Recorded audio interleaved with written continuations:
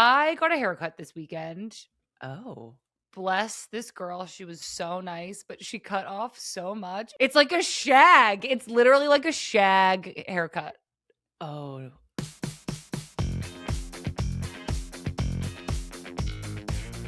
Hi, and welcome to Good Vibes FC. I'm Becky Sauerbrunn coming to you from Portland, Oregon. And I'm Sam Lewis coming to you from the Women's Game World Headquarters in Vermont. Good Vibes FC is presented by our great friends at Olipop. Use code TWG20 for 20% off at drinkolipop.com.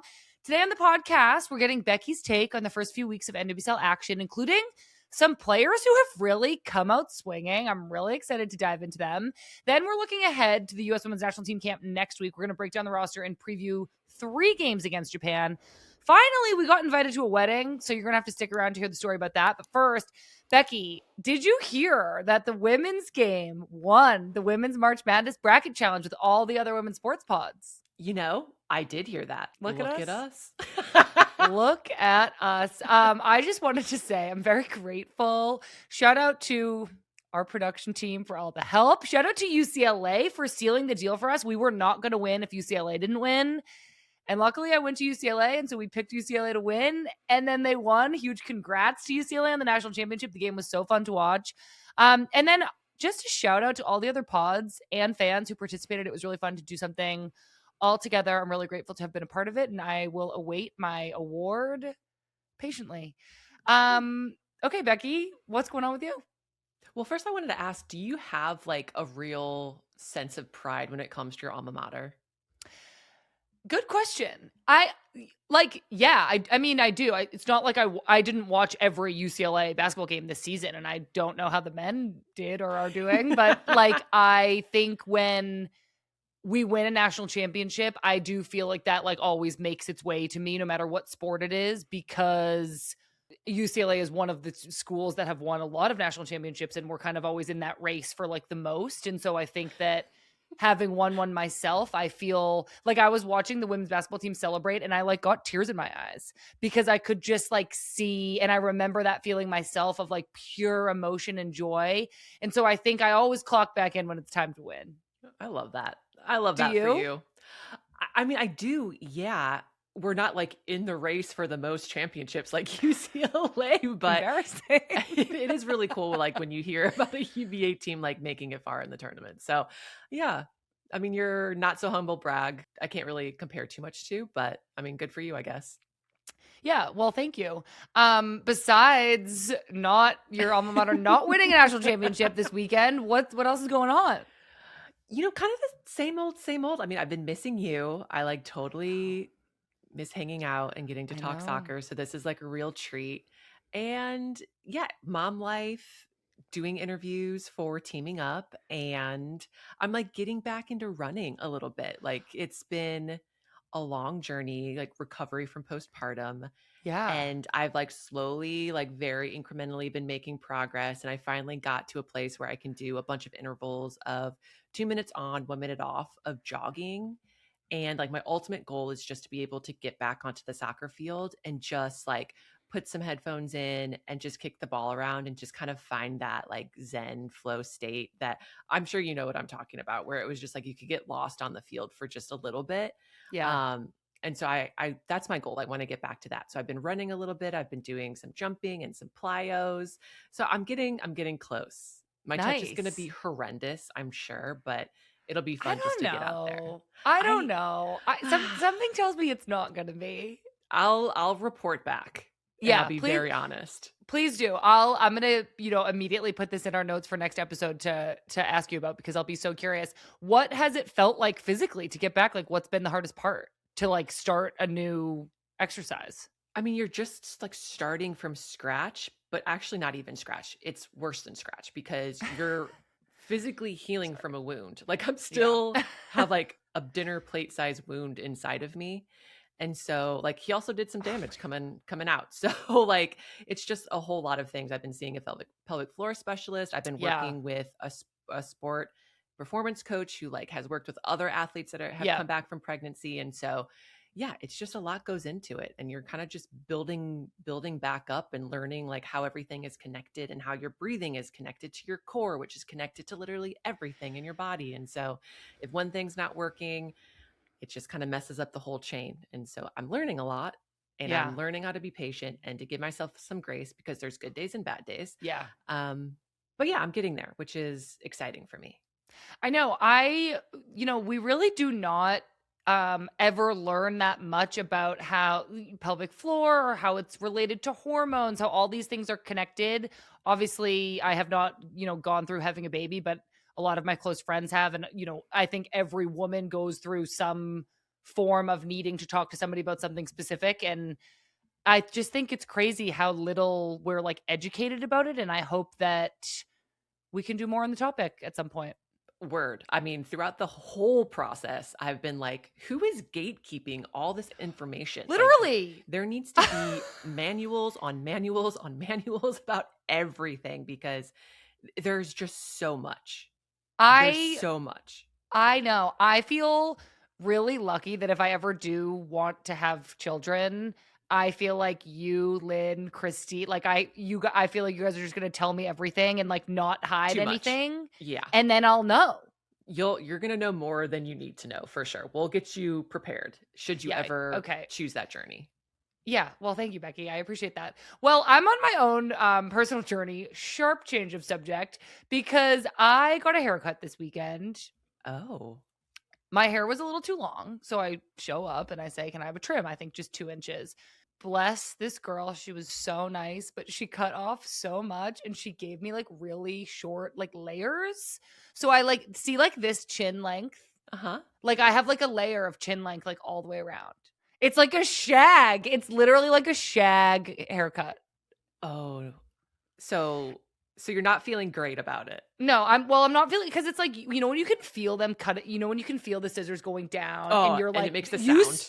And it makes a sound and you're like, my head is like literally lighter. Like you just cut off 2 pounds of hair. And I could just like sense that it was happening because I know how like curly my hair is. And then when it dried, I was just like, oh.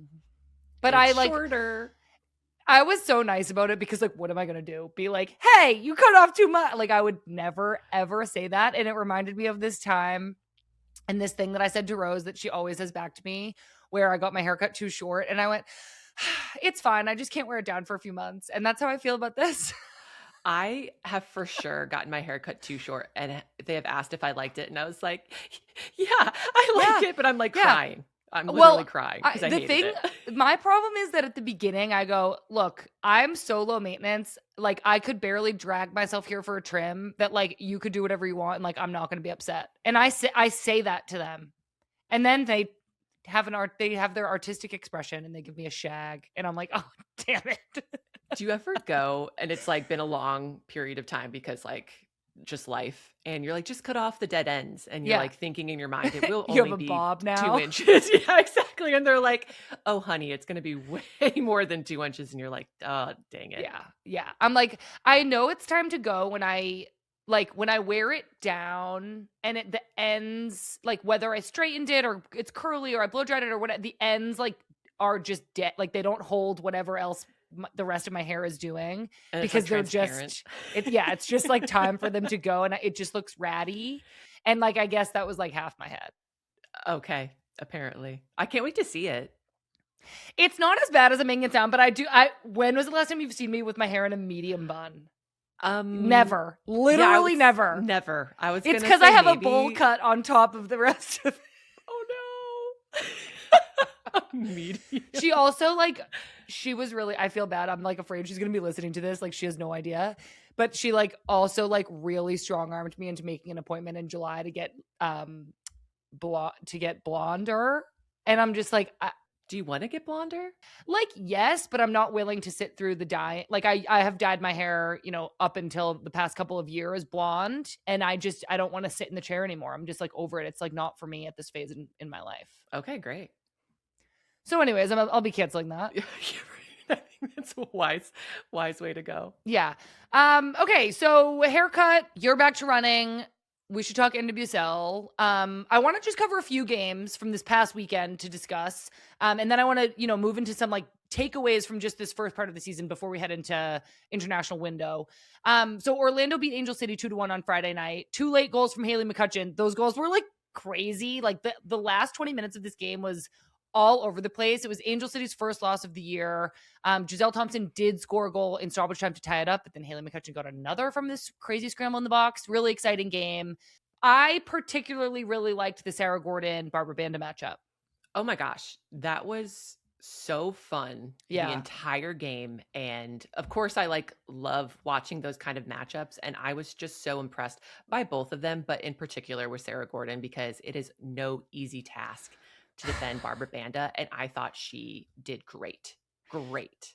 Yeah, she did do great. I think that Sarah Gordon actually hadn't started the previous couple of games, and I think that tactically it was really smart to put her in there because her mentality, her speed, her just commitment to defending, I feel like Sarah Gordon is one of those players that's like, "Oh no, I'm a defender." And there's so few defenders that really identify that way, and they're not like, "Nope, I was a forward and I could go up and score goals, but I'm kind of a 6." Sarah Gordon is a defender, and that's who you need defending Barbara Banda. And I think she did a really great job. I was bummed for her in particular, especially considering that she hadn't started a couple games, that the goals that got scored were just these scrambles in the box, and I could see her laying her body on the line, and I wanted Angel City to get a shutout for her. Yeah. But Haley McCutcheon is just there inside the 6 to pounce. Yeah. She really, I mean, fox in the box was just in the right spot at the right time. But yeah, I felt for the team in general because you put in such a performance defensively, and to allow those types of goals to go I know. in, it is really deflating.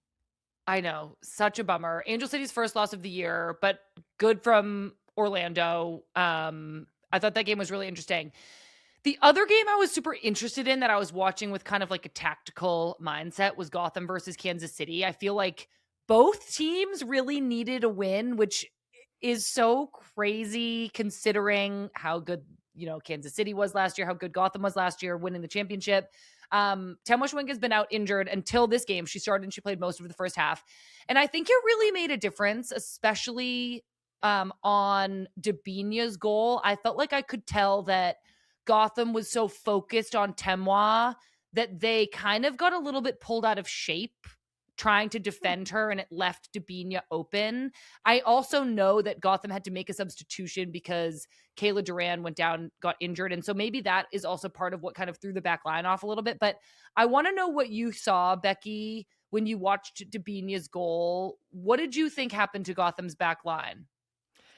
I think it started way higher up on the field with the throw in because the ball goes out of bounds, and you kind of see some of the Gotham players just they turn their back on the play, or they're looking away to kind of see okay, which player should I go to?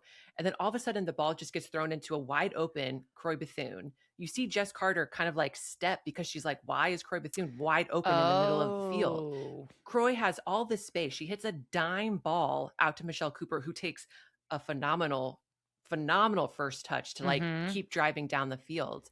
And then so Jess Carter's trying to recover. So you've got Emily Sonnet, who's kind of dealing with a lot of back post space, and Temwa in front of her. And Temwa, she sees Temwa make a front post run. She has to honor the run. So Sonnet gets dragged forward with Temwa, and Temwa's touch.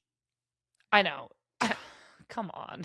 Temwa's touch to go back that way, on the field facing the end line, and it's just a tap in for Debinya. That touch, I mean, was immaculate. I know. The whole play where I think Gotham should be disappointed was the throw in, because we all know how important set pieces are. You cannot you can't turn off, you can't lose that concentration and that focus. And they did in that moment, and it completely they got capitalized. Yeah. Well, now I'm wanting to watch it back because in my head, I didn't start, watching it until later in the play, like a typical midfielder. I saw that space between Sonnet and Jess Carter get open because, I felt like Gotham's backline was so focused on defending Temwa as she ran forward. But maybe you're saying that Jess Carter was late getting back to a run like Debinya's because she had stepped out earlier in the play. Yeah, she had stepped out way earlier because Croy was so open. And then it was I'm not going to get there, and I'm also not going to get back in time. Yeah, well, this actually brings me to the kind of a point about the midfields that I wanted to make. Something we've been talking a lot about Kansas City's midfield is how Claire Hutton is gone. and how it has, what I have noticed is that it's leaving Lola Bonta pretty alone in the 6. In front of her, she has Croy and Dabinia, who are not 6s and are not really gonna be next to Low. And so when Jaden Shaw scored for Gotham on the other end, I remember feeling like there was just too much space in that pocket in the seam right in front of Kansas City's back line for Low to cover all of the dynamic movement that Jaden Shaw and Rose and Esther and Midge. Gotham's attack is so good and so fluid. How could a single 6 possibly manage all of that? So Jaden Shaw, Rose kind of runs across her. She turns, she shoots. Kansas City can't really get pressure on the ball in time. And I thought, okay, what an interesting like midfield battle. But then down the other end, I kind of felt the same way where I was just like, how could Gotham possibly manage Temwa, Dabinia, Michelle Cooper, Ali Sentnor, Croy Bethune, all in seam 2, all in that space in front of the back line? I know that, the midfields were set up similarly, I guess, with Jalen Howell and Savannah McCaskill and Rose Lavelle. I wondered if there would be like a big, difference in the way they balanced each other's attacks out. But I think what it really made me think was, how could you possibly defend against such strong attacks? What do you need, I think, from your midfield? Like, I don't want either team to totally stifle their own attack by pulling players back. But like, how do you defend that? So I would go to even before that, and how can you limit the service those players get? And so that's usually coming from the back line, that's coming from a deep lying playmaker like a 6, that's coming from the goalkeeper. And so you could be like more risk heavy and do a high press, and so that any balls that get played into the midfield into those special players are rushed and not clean, and so they have to do a lot more work in order to like really start cooking. So in a way, I'd almost like, you go for it and you high press and you just limit the service in. And if that doesn't work, like eventually you're just going to start kind of bypassing the pressure. Then you just need to be ready to battle and be like one-on-one strong aerial presence, like just make it really choppy and gritty. And so they just can't get their feet right, can't get the movements right. Or like you said, even though it is a little bit more risk adverse, you just bring everybody back and you put numbers behind the ball. And then you just know that if you win it, maybe you keep one special forward high that can hold up the ball well, or they can get in behind the back line. And then you just commit numbers forward and you fast break. There's nothing, and this is actually so interesting to think about, because I feel like the U.S. women's national team will face occasionally against Japan a similar feeling of like being outnumbered, like in my experience playing against Japan, and rarely in the NWSL, but occasionally in the midfield when you don't know how to match up your shape and you don't know how to like absorb all of the numbers getting forward on the other team. You just feel so helpless, and you're passing players on to a teammate who already has 2 people. And I felt like both teams in the Gotham Kansas City game were like vulnerable to that, to kind of being outnumbered and being overwhelmed by such a strong attack. Kansas City ended up winning the game. Michelle Cooper scored a great goal. And I think what I want to, this was Kansas City's second win of the season. Everybody's been talking about how Kansas City's been struggling. But I think I actually now want to turn to Gotham. Obviously, their goal was beautiful. I love Jaden Shaw's goal. This is only Gotham's second goal in 5 games. Gotham won the championship last year. And this is actually a really tough stat to say, but Ann-Katrine Berger, Gotham's goalkeeper, desperately took a shot on target at the end of the game. And that was the same number of shots as Gotham star striker Esther had in the game, 1. And that to me is like a signal of, why are we not getting shots on goal? Why is Esther not getting chances? Why are we not scoring? Why are we not winning games? And this brings us to our Olipop gut check of the week.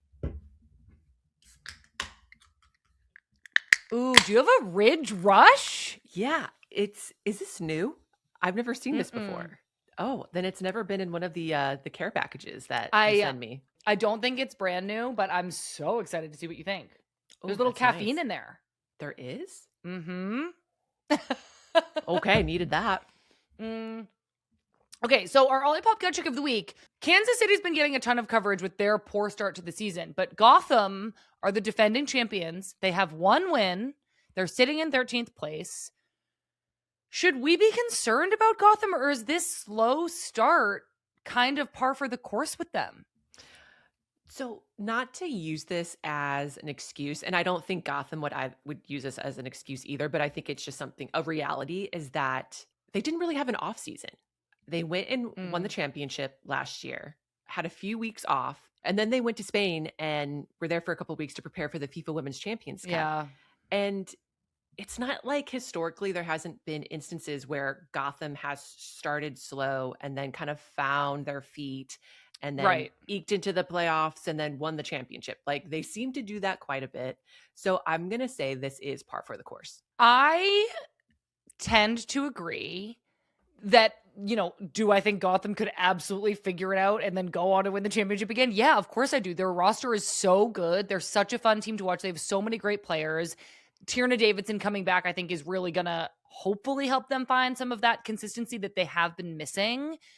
I think that, even early in the season, while you are adjusting to a big time player coming back, like you said, while you are kind of coming off this weird off season of like, yeah, we have a little break and then we have this big huge tournament in England and we're living in Europe for weeks and then we have another little break and then we start season. I do think that it's possible it's just that kind of stop start nature, and Gotham has kind of a tendency to be like this early in the season anyway. I'm not concerned, but I am kind of like, I feel like if I'm, in the Gotham camp, I'm like, well, I want to win the Shield and I want to win these games and I want to figure it out sooner. And so I'm kind of wondering if we're going to see a reaction from them after the international window.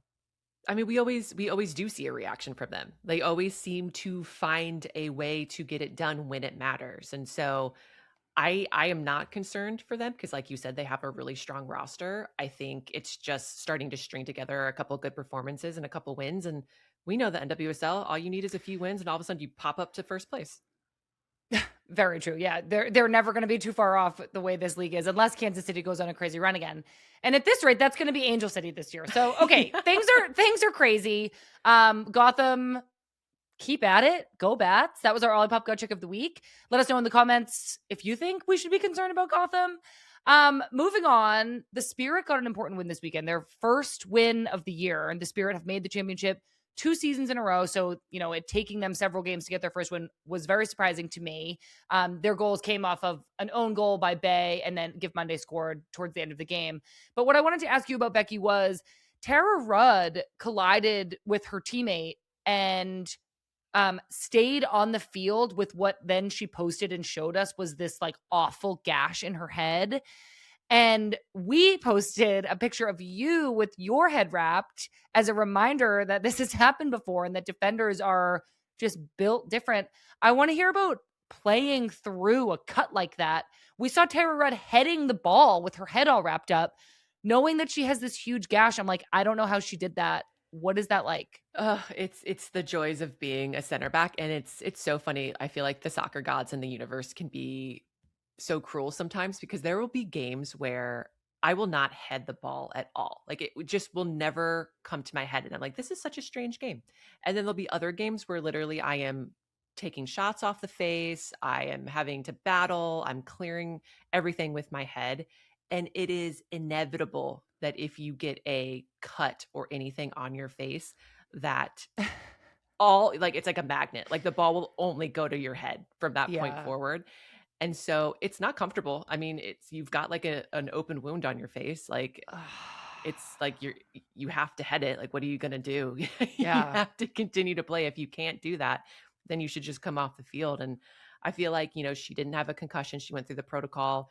And Yeah. it's really just goes to the safety and comfort of the player and the medical staff to like continue on. And Tara was like, yeah, I'm game. And so she did great. And yeah, you just have to keep heading the ball. And then afterwards you get some really awesome stitches and like a cool photo. And then who knows, she'll probably eventually get a black eye because it all kind of just Yeah. starts sinking down. But Yeah.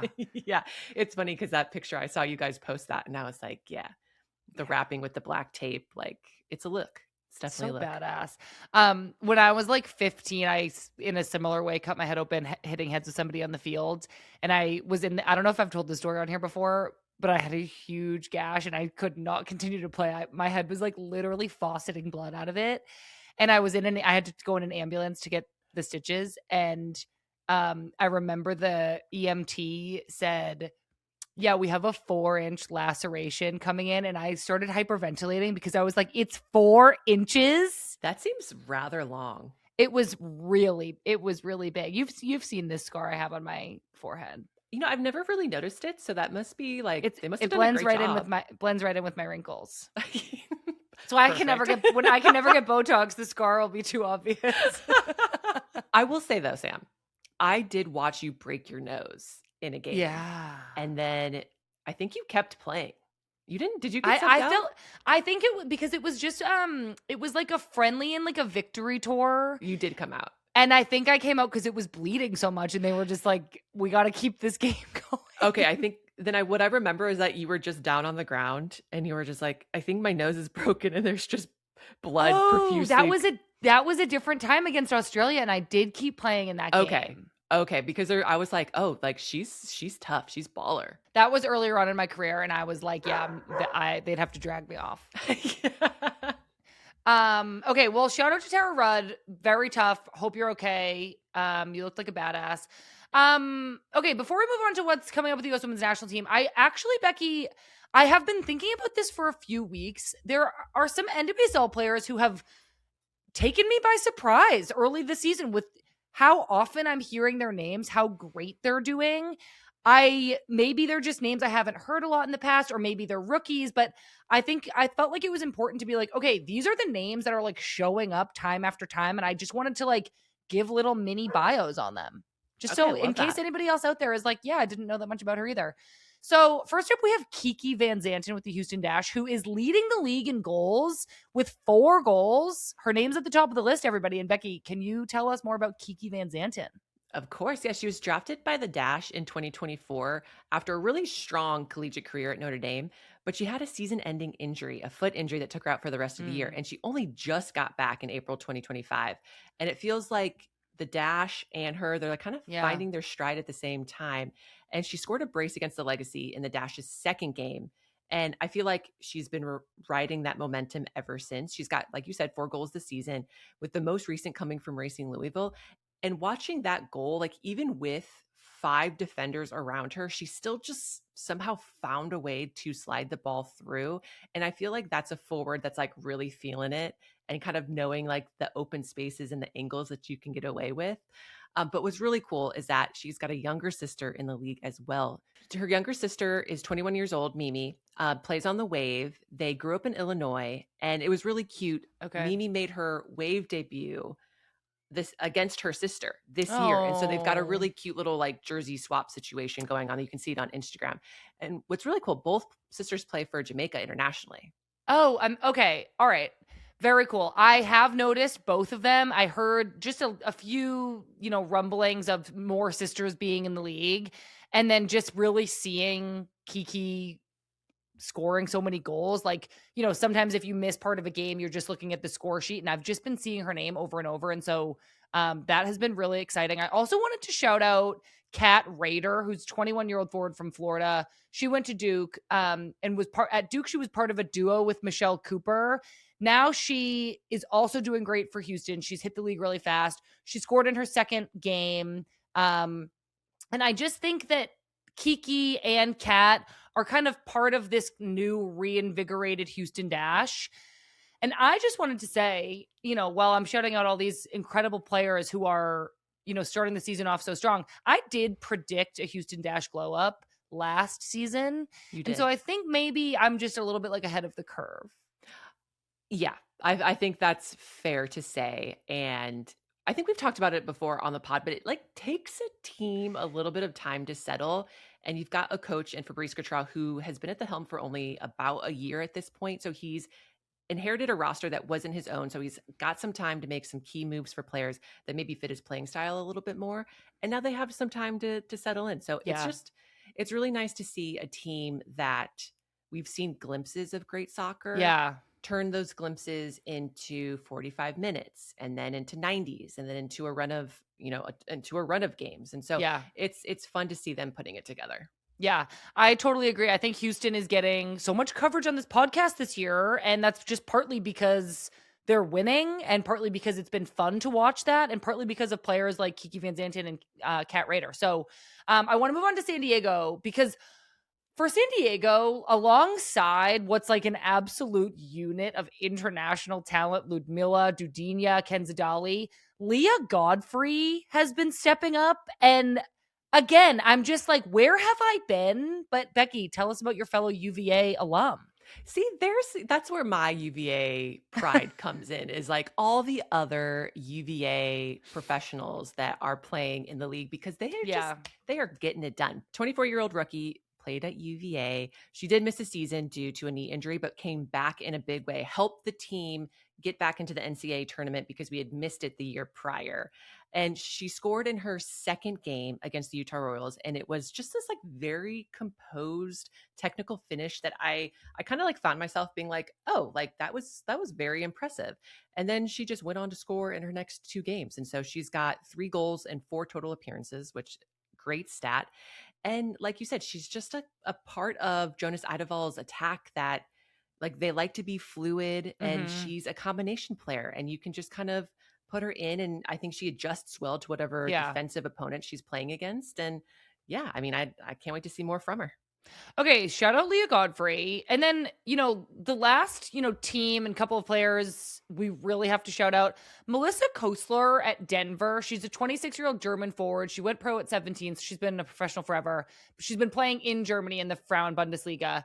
Now she's on Denver Summit. She has 3 goals in 5 games. She scored the Summit's first ever goal, which is obviously going to like go down in history.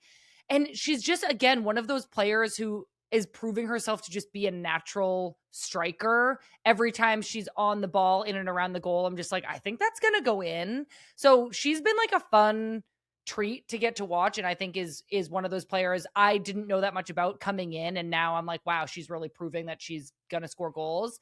I think, and we've been mentioning Abby Smith actually a lot on this podcast because Denver has been doing so well defensively. They have 3 shutouts, which is I think I saw was like a record for an expansion team like at this point. Abby Smith is somebody who's been in the league forever. Becky, you and I have both played with her, but she's doing so great for Denver and is just proving to be part of a great defensive unit there. Oh, and I love seeing it. I got to play with Abby in Utah, and she was kind of having like a goalkeeper battle with Nicole Barnhart. And so she'd get some games and then she wouldn't get some games. And so also in Houston, she'd get some games and then Yeah. she wouldn't get some games. And so it's just really great to see her kind of find a home. I know it's still early days, but to see her playing so well and being so instrumental to this team, it just like makes my heart so full, because she like not only is an excellent goalkeeper, she's just like an awesome human being. And so I just like want the best for her. I really love that. I do love Abby Smith, and I'm psyched to see her doing so well. I want to know what other names have kind of been popping up and people have found themselves wondering more about that person. I would love to hear from you all. If you want to send us an email, it's womensgamemib@menandblazers.com. These were just some names that I genuinely was just like, I'd love to know more about these people. I think they're doing so great. So let me know who else you want to know more about. We do need to take a quick break, but when we come back, we're doing US Women's National Team stuff. So don't go anywhere. Welcome back, everybody. Okay, let's look ahead to the upcoming U.S. Women's National Team camp. The roster dropped last week. There are some clear headlines, Becky, starting with the return of Sophia Wilson. I am so excited to see Soph back in camp after having her baby. But I do have to ask you, as somebody else who just had a baby, what do you imagine the first camp back after having a baby is like? I feel like the on-field stuff will actually be the easiest part to manage. And I mean, as you know, Sam, the national team has such a limited amount of time together that the staff just really tries to just fill it with so many different meetings. You've got tactics, and you've got, things for the future. You've got like all these things that they try to cram in. It's like meeting central. Like you barely get any time to yourself. So the cadence of the women's national team camps, it's just different from the professional side. It just is. And so I feel like this first camp back, especially like having been gone for over a year, is just going to be a lot of Soph having to get back up to speed with like all the tactical adjustments that have happened over, the 15 months or so that she's been gone. And I feel like it's just going to be a little bit of information overload. So I think like the off-field stuff might be the most difficult, and the on-field at that point, it's going to be like just do what you can do on the field. Yeah. Yeah. I think, yeah, they definitely like manage, and Soph played 90 minutes this weekend, so physically feels like she's back, but I think they definitely will always be kind of managing that physical load. And it really is just the mental, emotional meetings. Who's watching the baby? When am I doing this? So it's going to be a whole nother like Logistics. layer of Yeah. logistics added into camp. Yep. I think we're all ready for however many shots of espresso that we can get. A double with Sophia Wilson, Trinity Rodman is very exciting. The other big news returning from injury is Tierna Davidson. I'm so excited to see her back on the roster. Yeah, I love this for Tierna. She's just like such a composed and sophisticated center back, and she just has this just killer left foot. And Emma has been very particular about trying to get left-footed players on the left side of the field when it comes to the midfield and to the left into like the defensive positions. Yeah. And Tierna's passing range on her left is it's just like world class, and it just opens up so much of the field. And I think playing against an opponent like Japan, you want as much of that field open as possible. Yeah, for sure. I'm psyched to see Tierna back. I know that this was, not her first ACL injury, and just that journey back has just got to be so grueling. But Tierna is like so tough, such a great leader, so composed, like on and off the field, that I just feel like she's going to handle everything in stride and with such like Class. Thank you.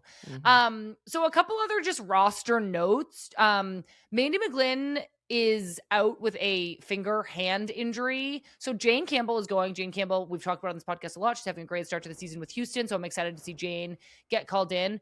Two omissions that I picked up on. Tara Rudd is not going into camp. I think with the return of Tierna, there's just one less spot, but another relative newcomer at center back, Kennedy Wesley, is on the roster. And then there's no Croy Bethune, which is tough for me to see. Like, I love Croy, but then I'm looking at the midfield and I'm not sure who to cut. So it just sounds like a really difficult decision. And then super exciting, Jamise Joseph is invited back. Jamise has been called in the last couple of camps. I think she's done really well. She is playing on Chicago, who are struggling, but I got to talk to her on friendlies a couple of weeks ago, and she's so sweet. I love her so much. And so I'm excited to see if she gets some playing time and continues to kind of showcase herself well with the national team. Oh, yeah, it's definitely getting to be that time of the year when decisions of the final roster just get more difficult to I make. know. I And know. I mean, like you said, as players come back from pregnancy and from injury, like these spots get more and more like sacred. And the players that you mentioned, it doesn't mean that they're like out of contention. It's just kind Mm-mm. of like you have to stay relevant by performing really well with your respective teams. And you just have to kind of stay top of mind and keep making the decisions every FIFA window difficult for Emma and the technical staff to make. Yeah. And I mean, I think while we hope every single player is healthy and ready to go come qualifying, who knows what's going to happen. And so I think when you look at this roster, you look at, there's a couple of omissions. Tara Rudd and Croy not going into camp. Mal Swanson is still out on maternity leave. Kat Macario's out injured. But I was starting to do some of my little counting that I always talk about on here, which, I love to do. And I'm breaking it down by position. I'm going to, exclude the goalkeepers from just this part of the conversation and say, if we were to include Mal and Kat with this roster that we have and make it into the qualifying roster, you would still need to cut either one or two defenders. You would still need to cut a midfielder, and then you would still need to cut 2 or 3 forwards in order to get that roster of 23 down to 20 field players. And that feels really difficult, Becky. How does that make you feel? It like makes my heart race in a way that I didn't think I was going to have to feel again since retiring. I know. I kind of same. I mean, it's like such an anxiety of It just like is. there's only so many slots, and like all these players like deserve it. Yep, they all offer something that is very important. And I think the other thing is just like the national team is this place where it's like you can deserve it and not get it. Yeah, very much so. Like there will be a player who doesn't do anything wrong, who plays well, who, follows all the rules, who does what she like, and then she won't make it. That is true. It makes me really sad. Like it can be really hard I know, I'm, like, harping on, like, the worst I'm literally harping on, like, the worst thing when it's like, "But 23 players will make it, and they could win the World Cup, and it's a dream come true." It's just so hard, I think, to, like, look at a group like this and be like, "Wow, like, they all deserve to be there." Yes. And I mean, we've talked about it too, about it's about putting the best team together. Like, you could Mhm. be the best player, but if you're not doing something that makes you the best team player, like, you could be the one that gets Yeah. left off the roster. Yeah. Well, I do think that this camp, and this is such an interesting window. It's a 3-game window. We're playing Japan, one of the best teams in the world, all 3 times. Such incredible competition and like such a unique, I think, opportunity to test yourself against one of the most difficult teams to play against 3 times in a row. Becky, I was hoping you could give us like the lowdown on Japan. The lowdown on Japan, this current generation of player is so experienced, and they've got a majority of the players playing in England. There's a couple here in the NWSL. There's a few in Germany, a few in Spain. There's only 2 from their domestic league, which historically they've usually had a lot more from their domestic league. And so I think you can see that the team in general is like benefiting from absorbing all these different soccer cultures and Mm. bringing it back to their team. And I was looking at some of the stats, and from the She Believes roster in 2025, the one that beat the US 2-1 in the final, Yeah. there are only 4 new players from that roster. So this is an experienced group, but it's also a team that's played together. So they're experienced playing together, which I would argue is even more important than just having a whole bunch of caps. And this is just a very dynamic and fluid team. There's just such a beautiful push and pull that you see, especially coming from their midfielders and attacking line. And it's very difficult to defend against this side. And from my experience playing against Japan, at the end of the match, you are physically tired, but you're more mentally tired because the whole game you're analyzing, you're wondering, you're making decisions. Should I step? Should I drop? And Japan is like that. They're going to capitalize on any of those mistakes that you make. If you step too late, if you drop too late, it's just there's always an open player. It seems like they always find that open player, and dominoes just seem to fall. And one thing that they've added to the program, which I think that they haven't had so much in past years, is that they're really finding their finishing form. And I mean, at the Asian Cup, they scored 29 goals, and that's some prolific goal scoring. Yeah, and they only conceded 1, which is crazy. They won the Asian Cup, and then I think coming into this window, which I was, partly watching the Asian Cup with Japan in mind, knowing we were gonna play them 3 times in April. So I've had my eye on them, but their manager, like, weirdly actually just left after winning the Asian Cup. So it's Nils Nielsen. He has done really well with this Japan team. So I feel kind of confused by this news. It feels, we're just over a year from the World Cup. I feel like this Japan team has been doing really well. It kind of sounds like we've done a little bit of digging, and some of this has been translated from Japanese, so I'm not 100% sure, but it sounds like the federation wanted like a different style manager. And I'm not really sure what that means, because I think that Japan looks great and looks like they've done really well and their players are performing really well. They won the Asian Cup, they won She Believes last year. So I'm fascinated by this. And I think coming into these 3 games, I do feel like Japan will still be really good, because sometimes you have that managerial change, but you're still operating with a lot of the same rules and tactics that you were using before. So I don't think they're going to have a dip right now, but I think changing managers at this point feels just bizarre to me. Yeah, it is a little strange. I am like, if it's not the results, is it the process? But then you see that the team has been doing very well over a long period of time. So it is interesting. I think maybe more will come out eventually. I don't know. Yeah, I know. I don't know. I find myself like wanting the scoop on this one. My journalistic Curiosity. curiosity is itching. Okay, I do want to know from you, Becky, who you're most excited to watch when we play against Japan. I know you're heading off to do broadcast, so I Mhm. imagine you're like doing your research, and now I'm like, share. Yeah, well, this is not even like my broadcasting curiosity. It's just like I really admire this player, and Saki Kumagai. She's a player that I have played against basically my whole national team career, and she's currently at the London City Lionesses, and she's by far the most capped player on the roster, and she's just someone that I've really enjoyed playing against and watching. She's a center back, but she's been used as a central midfielder, and she's just like a timeless, Mm, classy player. just like you. That's really kind. That is not at all the case. But um, I will also say I'm intrigued by Yui Hasegawa from Yeah. Manchester City. She's just this little midfield maestro. And one of the things I noticed the most covering the 2025 She Believes that they won was that midfield was just so dominant. And she is just a key part of like making that midfield tick. Yeah. I another player to look out for in the midfield that my jaw was dropped at her goal this weekend for North Carolina is Manaka. I felt like Manaka's goal against Portland this weekend, there was not really any space for that shot to go in at the far post. And the way she timed it and the way she struck it created it was almost like she had to hit it a certain way so that the space would open. It was just such a crazy, calm goal. Did you think she was crossing it? No, did you?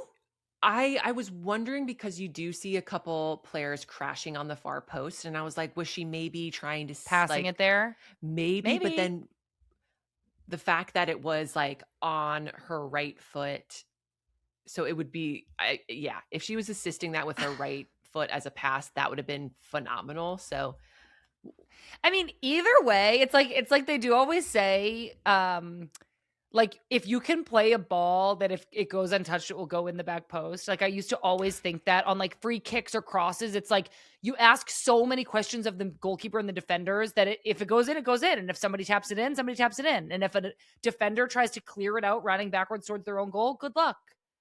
I thought she was shooting it, and I was just like, that's so crazy. yeah, I think yeah, she was probably shooting it. Anyways, Let's be honest. yeah, so many players on Japan to look out for.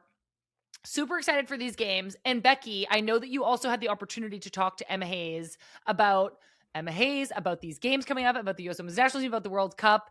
And I want to hear all about it because there's a brand new episode of Teaming Up out. Yep, Teaming Up is back, and I mean, starting off strong with Emma Hayes, and it's like perfect timing with this window coming up. And it was really getting to know Emma and kind of her journey and how she sees her role as a coach, and not as a coach, Mm. actually, Wow. as Okay. more than a coach. Okay, so interesting. Obviously, everybody, in case you didn't know, Teaming Up is Becky's show on this network. We actually have a little teaser preview of her conversation with Emma Hayes. Let's listen in. I take my profession so seriously that building things, I sort of look at that more than I do, you're a coach. No, I'm a builder. That's how I view myself, or I'm a facilitator, or I'm a CEO. I just think you don't get this chance every day. I'm the head coach of the US Women's National Team. I pinch myself all the time. I think this is the way I've always been. And probably the early parts of my career in the US shaped that a little bit or helped that bring out. I think coming back has just reminded me that this is who I am and I'm happy with that. This is the coach I want to be. Loved that. This sounds like you must have really gotten to know Emma in kind of a new way. What would you say is your biggest takeaway from this interview? I mean, you hear it from the clip, but I love that she sees herself as a builder. And it's not even just like a builder at one level, as like, you build a team. She does it at so many different levels. And it's not just a team that will win now. She's building a player pool that will allow the team to win for years to come. She's building out this youth program with all the youth national teams that's more aligned with the senior team so that we have a youth system that will continue churning out these players. She's building relationships with key stakeholders in the women's game. And so you look at Michelle Kang and the money that's being put into the federation to, research female athletes and to build out that youth program. And then she's building relationships with these players that, she's getting the best out of all of them. And so to her being just a quote unquote coach is too limiting. And so it's really cool to hear her talk about how she sees these things and what she's striving to do and what she enjoys doing. Yeah, she's like such an incredible figure to have in that role with so much power and with so many connections and with so much say shaping the future of what the U.S. women's national team, but also what women's soccer in general globally is really going to look like. It's such an interesting conversation. So everybody, you can listen to the first episode of the new season of Teaming Up on the Women's Game YouTube channel podcast feed. I'm so excited for you, Becky. Congratulations on your show being back. Thank you. I'm just trying to follow in your footsteps, Sam. Well, I'm just following in yours, so it sounds like we're going in circles. Okay, everybody, we are going to be going live after all 3 U.S. women's national team games against Japan coming up next week. We've also got some great co-hosts who will be joining me. Becky is going to be away doing the broadcast, but we have Allie Riley, Megan Klingenberg, and Lynn Biondolo. Becky, we'll miss you here, but we're going to be cheering you on. Good luck. And everybody, we have a few more things to talk about, including our wedding invitation. So don't go anywhere. We'll be right back. Welcome back to Good Vibes FC. Okay, let's talk about all the drama overseas, starting with the Champions League quarterfinals. So Arsenal beat Chelsea 3-2 on aggregate last week. The second leg of that tie was really chaotic at the end. Chelsea, it was just a crazy game. Chelsea hit the post multiple times. They ended up scoring a late goal to keep themselves in it and make it 3-2. But all of the chaos and craziness of the soccer got overshadowed by a non-call when Arsenal's Katie McCabe pulled Alyssa Thompson's hair in stoppage time. Obviously, there was so much outrage about this because it was clearly a hair pull. There is no question about, what it was. Sonia Bonpastor was livid. She ended up getting sent off, and then she spoke about this in the post-match. It was just an egregiously missed call. And, we're not going to get into if this was on purpose or not, regardless of intent or anything else. Hair pulling is a red card. Nothing else really matters. I will say, I don't know if it would have changed the game. I don't know if Chelsea had enough time to score another goal, but I'm at a loss. I don't understand why VAR wouldn't have flagged this. I'm at a loss. For the life of me, I have no idea how that wasn't brought to the ref's attention for review. I have no idea. It was as plain as can be, and I'm sure it was caught on so many different camera angles. But it's it's just the point. It's the rules. It's the point of VAR. It's you in this tie, you have called back goals using VAR. I don't really care if it was chaotic. Why did the radio stop working? But then even if the radio stops working, they have to stop play. There's protocol for that kind of stuff. I just don't know how this didn't get caught. I mean, even Christina Uncle, who talks about the referee, she was like, that's absolutely a red card.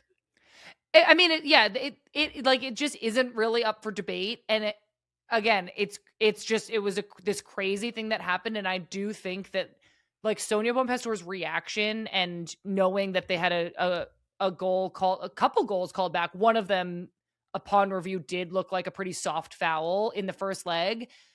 I would feel wronged too. This was a crazy situation. Ultimately, Arsenal are going through. They're going to play Lyon in the semifinal. Lyon had to come back from being down 1-0 against Wolfsburg, so they did well to come back from that deficit. And then Bayern beat Manchester United, and Barcelona absolutely demolished Real Madrid. Oh, yeah, that was bad. Yeah, that was bad. So Bayern and Barca will play each other in the other semifinal. I want to circle back to Arsenal just for a minute because despite winning that Champions League quarterfinal, moving on, they surprisingly lost to Brighton this weekend in their FA Cup quarterfinal.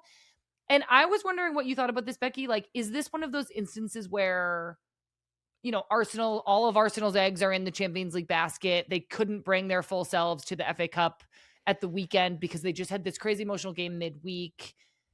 And then they just lost to Brighton.